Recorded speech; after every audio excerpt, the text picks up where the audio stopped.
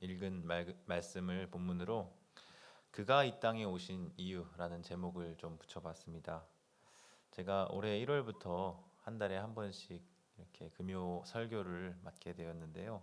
마가복음을 1장 1절부터 순차적으로 살펴보고 있습니다. 3월까지 지난 마지막 설교가 3월이었고 4월에는 이제 통일을 넘어 열방으로 이제 강사분들 오셔서 못했고 5월 마지막 제가 한 번 더 하게 되었습니다. 오늘 이후로는 제가 이제 주일에 광고 나오겠지만 잠시 어디 잠깐 갔다 오거든요. 네, 네 그래서 당분간은 제 설교를 또 들으실 일이 없을 것 같은데 귀 기울여 들으시면 감사하겠습니다. 1장 1절 제가 말씀을 해설하면서 이 제목을 마가복음 1장 1절이 마가복음 책 전체의 표제와 같다고 말씀을 드렸습니다. 그래서 메시아 예수의 복음 입문이라고 하는 해석을 제가 여러분들에게 전해드리면서 이것을 제목으로 한 책이 바로 마가복음이다라고 했죠. 그 네 번째 시간이 오늘인데요. 첫 번째 제가 1월에 처음 마가복음 첫 번째 설교할 때는요. 메시아 예수의 복음 입문이 마가복음의 표제와 같다고 말씀을 드렸고 세례 요한에 대해서 말씀을 나누었었습니다. 그리고 예수님의 세례 받으심 또 시험 받으심 요한이 잡힌 후에 갈릴리에서 하나님 나라의 복음을 전파하신 그 내용들을 찬찬히 하나씩 살펴봤었고요. 두 번째 말씀을 전할 때에는요. 어부들을 부르신 사건, 특별히 1장 16절에서 20절 말씀을 바탕으로 해변에서 생긴 일이라는 제목으로 여러분들에게 말씀을 나눴었습니다. 예수님을 따르던 그 초기 제자들의 모습을 하나씩 살펴보면서 제자들의 처음 모습이 우리가 생각했던 것보다는 그렇게 대단하지 않았다. 아니 어쩌면 왜곡된 동기와 기대를 가지고 예수님을 처음에는 따랐다는 것을 보여주고 있다는 것을 여러분들에게 소개를 해드렸었습니다. 그래서 우리가 그러한 제자들의 모습을 반면 교사 삼아서 그와 같은 길을 걷지 말자 말씀을 드렸었죠. 세 번째 3월의 말씀을 나눌 때는 1장 21절부터 28절의 말씀을 토대로 회당에서 생긴 일, 특별히 더러운 귀신 들린 사람을 고치시는 이야기를 살펴보았었죠. 가버나움으로 들어가신 이 예수님께서는 제자들과 함께 마침 안식일이 되어 회당으로 들어가셨었고 말씀을 가르치셨습니다. 그것을 들은 뭇 사람은 모두 놀랐었습니다. 왜 그랬습니까? 그가 가르치시는 것이 권위 있는 자와 같고 서기관들과 같지 아니하였기 때문이었죠. 가르침의 면에서 예수님은 당시 일반적인 율법 학자, 성경 교사들과는 다른 종류의 가르침을 전하셨고 예수님의 가르침과 말씀에는 권위가 있었고 권세가 있었습니다. 마치 왕의 말씀, 왕의 명령이 권위가 있고 권세가 있듯이요. 그것은 바로 하나님께 보냄 받은 메시아로서의 권위와 권세였죠. 그 귀신의 말을 빌려서 말하자면 예수님은 하나님의 거룩한 자이셨습니다. 그것이 예수님의 정체였죠. 심지어 그분의 권세와 능력은 영적인 세계조차도 다스리실 정도였습니다. 더러운 영들도 그 예수님의 잠잠하고 그 사람에게서 나오라라고 하시는 그 예수님의 말씀 앞에 순종할 수밖에 없었죠. 그것은 스가랴 13장 2절의 말씀 앞에 나올 텐데 만군의 여호와가 말하노라 그날에 내가 우상의 이름을 이 땅에서 끊어서 기억도 되지 못하게 할 것이며 거짓 선지자와 더러운 귀신을 이 땅에 떠나게 할 것이라라고 하셨던 그 마지막 날에 일어날 그 일이 성취된 것이라 말씀을 드렸었습니다. 이제 오늘 살펴볼 말씀 29절에서 39절을 좀 보겠습니다. 이 부분을 크게 나누자면 두 부분으로 나눌 수 있을 것 같습니다. 하나는 29절부터 34절 베드로의 장모를 고쳐주신 사건과 많은 사람을 고치시는 장면 이게 첫 번째고요. 두 번째는 35절부터 39절 예수님께서 새벽 미명에 한적한 곳에서 기도하시고 또 전도 여행을 떠나시는 장면이 그 두 부분입니다. 예수님은 회당에서 놀라운 가르치심을 베푸시고 더러운 귀신 들린 사람을 고쳐 주신 후에 이제 그곳에서 나와 시몬과 안드레의 집으로 들어가셨습니다. 아마도 숙식을 해결하기 위해서 들어가시지 않았을까 생각이 드는데 그런데 집에 가보니 시몬의 장모께서 열병으로 앓아 누워 계셨습니다. 사람들 아마도 주변에 있었던 식구들이겠죠. 예수님께 어떻게 하면 좋을지를 여쭈었습니다. 아마도 갑작스럽게 일어난 상황이 아닐까 생각이 되는데요. 예수님께서는 그에게 가까이 다가가셔서 손을 잡아 일으키셨습니다. 그런데 예수님께서 그 시몬의 장모에게 손을 내밀어서 손을 잡아 일으키시는 그 순간 열병은 떠나갔습니다. 일어난 시몬의 장모께서는 손님들에게 식탁을 차려 대접하는 시중을 드시죠. 여기서 우리가 한 가지 주목할 사실은요, 예수님께서 들어가시는 곳마다 놀라운 변화가 나타난다는 것입니다. 복음서 기자는 귀신 들린 자에게서 귀신이 떠나가듯이 시몬의 장모를 괴롭게 하던 열병조차도 예수님의 권세 앞에서 떠나갔다는 것을 보도합니다.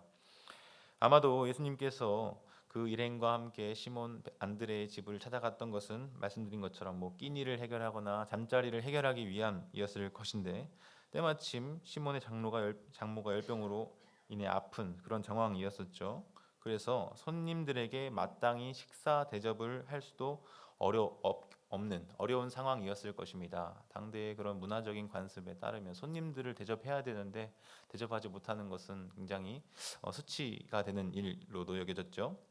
그런데 놀랍게도 예수님께서는 그 여인의 열병을 고쳐 주실 뿐만 아니라 그 여인으로 하여금 온전하게 하며 열병이 떠나가서 온전하게 될 뿐만 아니라 그의 할 일도 감당할 수 있도록 회복시키셨습니다. 그리고 이로 인해서 그 집안의 식구들이 그리고 찾아왔던 손님들이 모두 식사를 대접받고 배부름을 경험하게 되죠. 이 한 사람의 회복으로 말미암아 그 집안 사람 전체가 풍성하게 체험을 받는 경험이 일어나게 된 겁니다.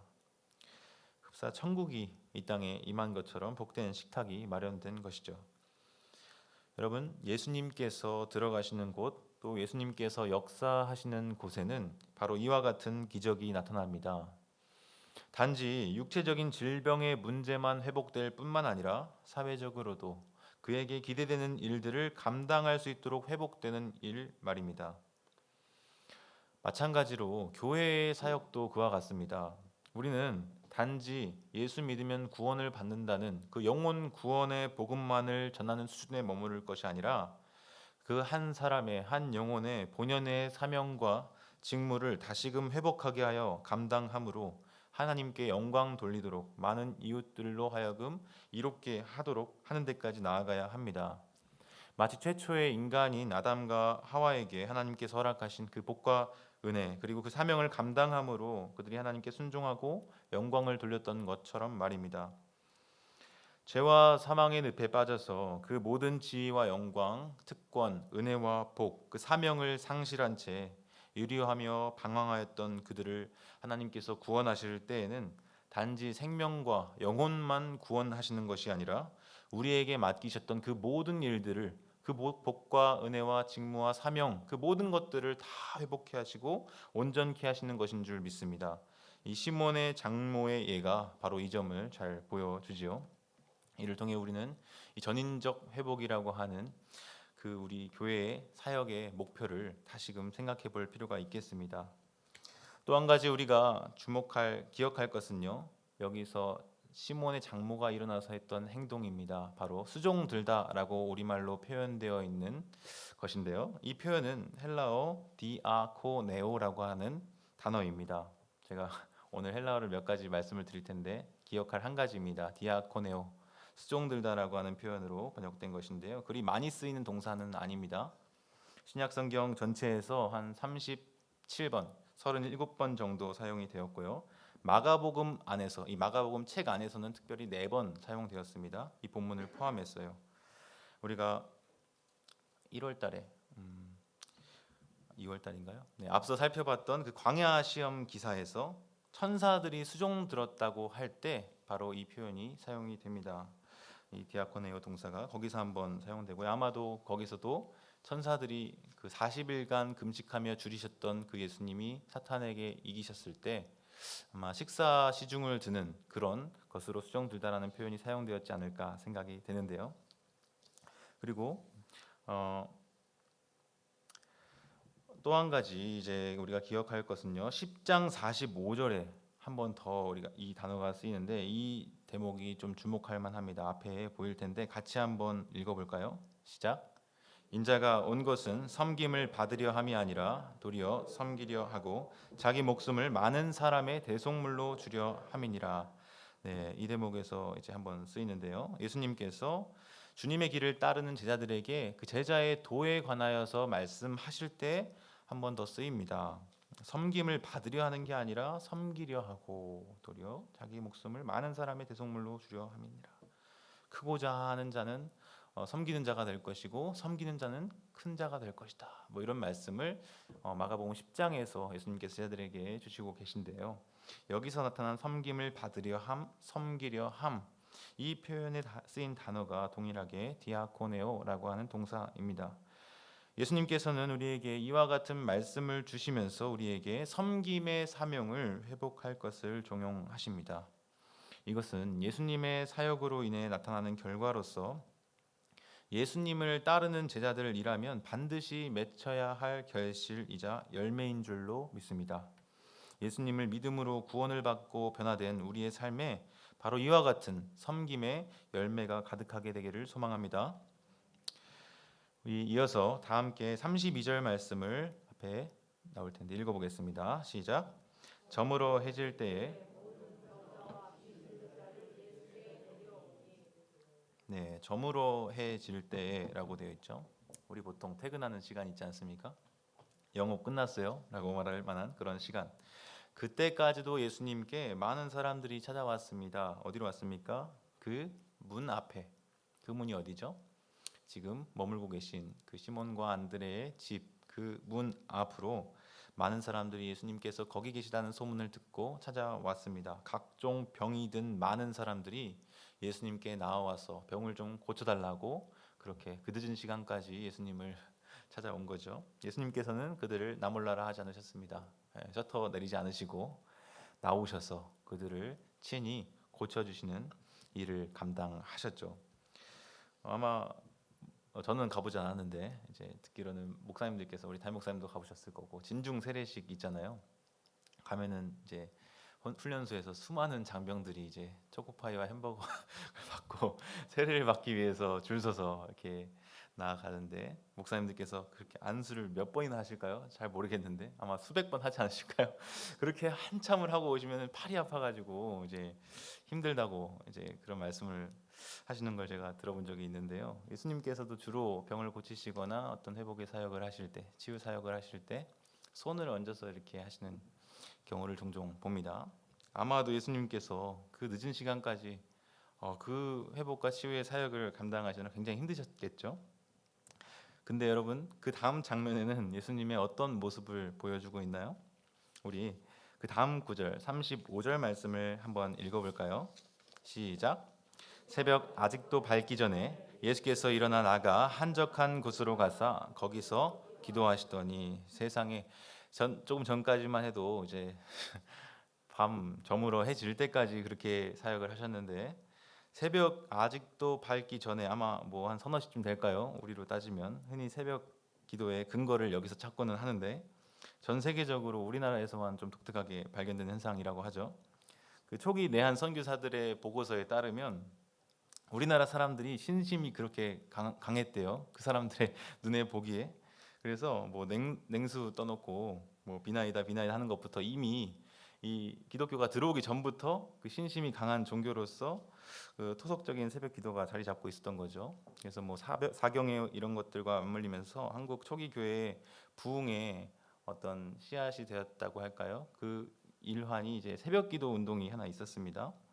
어쨌거나 그것이 이제 토착화돼서 전통적으로 우리나라에 이어져 내려오고 있죠.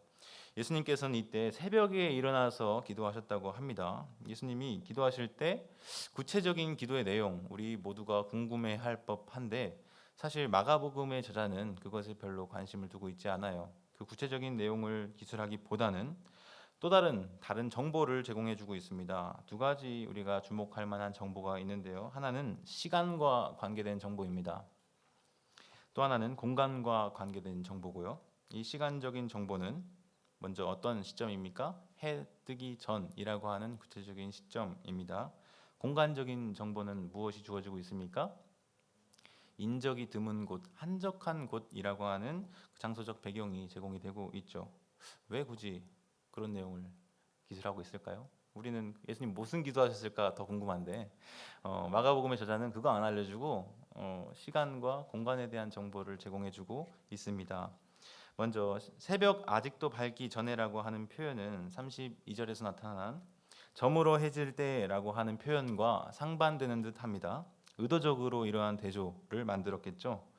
우리는 이 구절에서 그 시간에 그곳에서 아버지 하나님과 독대하며 그분의 뜻을 묻고 구하는 가운데 그것을 이루기 위해서 전념하셨던 예수님의 모습을 봅니다. 아침에는 그렇게 기도하시고 밤 늦게까지 그 기도의 뜻이 이 땅에서 이루어지도록 열심히 사역하셨던 거죠. 늘 주님의 나라와 뜻이 이루어지기를 바라셨던 예수님은 기도하시는 것과 사셨던 그 모습이 일치하셨습니다. 우리도 그와 같아야겠죠? 또 하나는 공간적인 정보입니다. 한적한 곳에서 기도하셨다고 되어 있죠. 이 한적한 곳이라고 하는 한글 표현이 마가복음 내에서도 몇 번 쓰이는데 사실 이 한적한 곳은 인적이 드문 곳을 말하지만 헬라어 단어로는 에레모스라고 합니다. 제가 아까 디아코네오 하나 말씀드렸고 두 번째인데요. 에레모스라고 하는 단어입니다. 따라해 보실까요? 에레모스. 네. 에레모스는 광야입니다. 여기서는 한적한 곳이라고 번역을 했지만 광야도 에레모스입니다. 그래서 중요한 단어라서 여러분들이 기억해 두셔도 좋을 것 같아요. 마가복음 1장에서만 이 단어가 4차례 쓰였어요. 한글 성경으로만 봐서는 2번밖에 못 찾겠지만 에레모스라고 하는 단어가 4번 쓰입니다. 1장 3절에서 광야에 외치는 자의 소리, 세례 요한의 활동했던 장소가 그곳이 광야였고 에레모스였죠. 두 번째는 예수께서 성령에 의해서 내몰리신 장소, 그곳이 바로 광야 에레모스였습니다. 그 장소는 어떤 장소입니까? 주님의 길을 준비하고 주의 오실 길을 예비하는 그 장소, 그곳이 바로 에레모스 한적한 곳입니다. 그리고 또 한 가지 쓰인 곳이 있는데 마가복음 6장에 보시면 오병이어 사건이 펼쳐지게 되는 그 장소, 그곳이 바로 에레모스입니다. 그 기적을 베푸시는 장소도 광야 에레모스였죠. 우리는 광야 하면 자연적으로 떠올리는 구약의 사건이 있습니다. 출애굽 이후에 40년 동안 이스라엘 백성들이 광야 생활을 했죠. 그 가운데 하나님께서는 그 남자만 60만 명 되는 아이와 여자를 다 포함하면 아마 100만, 200만 될 법한 그 수많은 무리를 하나님께서는 만나와 메추라기로 먹이시고 신발이 해지지 않도록 지키셨으며 구름 기둥과 불 기둥으로 그 환경에서 그들을 인도하시고 함께 하셨습니다. 우리는 이 예수님의 기도하시는 장면의 그 공간적 배경에 대한 설명으로부터 이와 같은 정보들을 떠올릴 수가 있습니다. 이처럼 여러분들은 성경을 읽을 때요, 공간에 대한 이와 같은 단순한 정보가 생각보다 훨씬 많이 확장된 정보를 전달할 수 있다는 사실을 염두에 두시기를 바랍니다. 사랑하는 성도 여러분, 새벽 미명 아직 밝기 전에 예수님께서 한적한 곳에 나아가 기도하신 것을 생각할 때 우리에게도 그와 같은 도전이 있기를 바랍니다. 여러분은 아침에 눈을 뜨면 가장 먼저 어떤 행동을 하시나요? 제가 이거 써놓고 제 스스로를 좀 돌아봤는데요. 참 회개하게 되더라고요. 사람마다 다 다르겠죠. 그런데 한날의 시작에 그 어떤 행동보다 기도가 앞서셨던 이 예수님을 우리가 기억할 필요가 있겠습니다. 어떤 경우에 우리는 습관을 따라서 기도하는 것이 아니라 습관을 따라서 휴대폰을 가장 먼저 확인하기도 하고요. 아침에 일어나서 TV를 켜기도 하고 SNS와 같은 불필요한 활동에 한날의 가장 첫 시간을 소비하고 우리의 마음과 에너지를 쏟지는 않는지 모르겠습니다. 이건 제 이야기입니다. 네. 말씀을 준비하며 하나님과 성도들 앞에 참 부끄럽다는 생각을 좀 했고요. 오늘 교회 오기 전에 가장 많이 이용하는 SNS 한 가지 계정을 좀 비활성화를 했어요. 아직 제가 입영까지 며칠 남기는 했는데 이 말씀을 기억하면서 그 이른 아침마다 눈을 뜰 때마다 하나님 앞에 홀로 나아가 기도하는 시간을 좀 가질까 합니다. 아마 훈련소를 들어가면 더 잘 되지 않을까 싶은데 할 게 없으니까. 오늘 이 말씀을 듣는 여러분들도 내일 아침부터 마음과 뜻을 정해서 하나님 앞에 하루의 시작을 기도로 나아가실 수 있기를 바랍니다. 세례요한과 마찬가지로 예수님께서는 주의 길을 준비하는 구체적인 행동이 바로 광야에서 기도하는 것이었음을 기억합시다. 사탄에게 시험을 받아도 승리하실 수 있는 비결이 바로 그 광야에서의 기도였음을 기억합시다. 비록 구체적으로 무엇을 놓고 기도하셨는지는 드러나지 않지만 주님께서 가르쳐 주셨던 그 기도에 관한 내용을 참고할 때 주로 예수님께서는 하나님 나라 복음을 전파하시며 이 땅 위에 그 나라가 임하기를 기도하셨습니다. 우리도 그와 같이 그러한 기도에 힘써야 할 줄로 믿습니다. 다음 내용은 38절과 39절을 바탕으로 이루어지는데요. 예수님의 이른 아침 한적한 곳에서의 기도의 시간이 얼마나 지났을까요? 기도하시는 그 예수님의 뒤를 추적해서 제자들이 뒤쫓아왔습니다. 아마 좀 이따가 왔을 거예요. 예수님과 같이 일어나진 않았을 것 같습니다. 제자들이 한적한 곳에 앉아서 기도하시는 예수님을 발견하고는 말합니다. 37절 모든 사람이 주를 찾나이다. 아침 이른 시간이잖아요. 아침 대바람부터 누가 그렇게 예수님을 찾는답니까? 모든 사람이 찾는데요. 다시 말하면 병고침을 받기를 원하고 치료받고 싶어하는 이들이 예수님을 그 아침부터 찾는다고 하네요. 이에 예수님께서는 말씀하십니다. 38절입니다. 같이 한번 읽어볼까요? 시작. 이르시되 우리가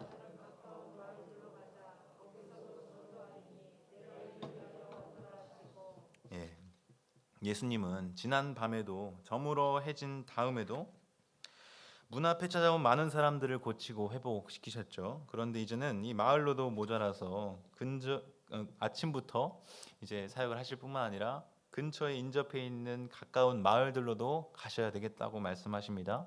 거기서 무엇 하려고 가십니까?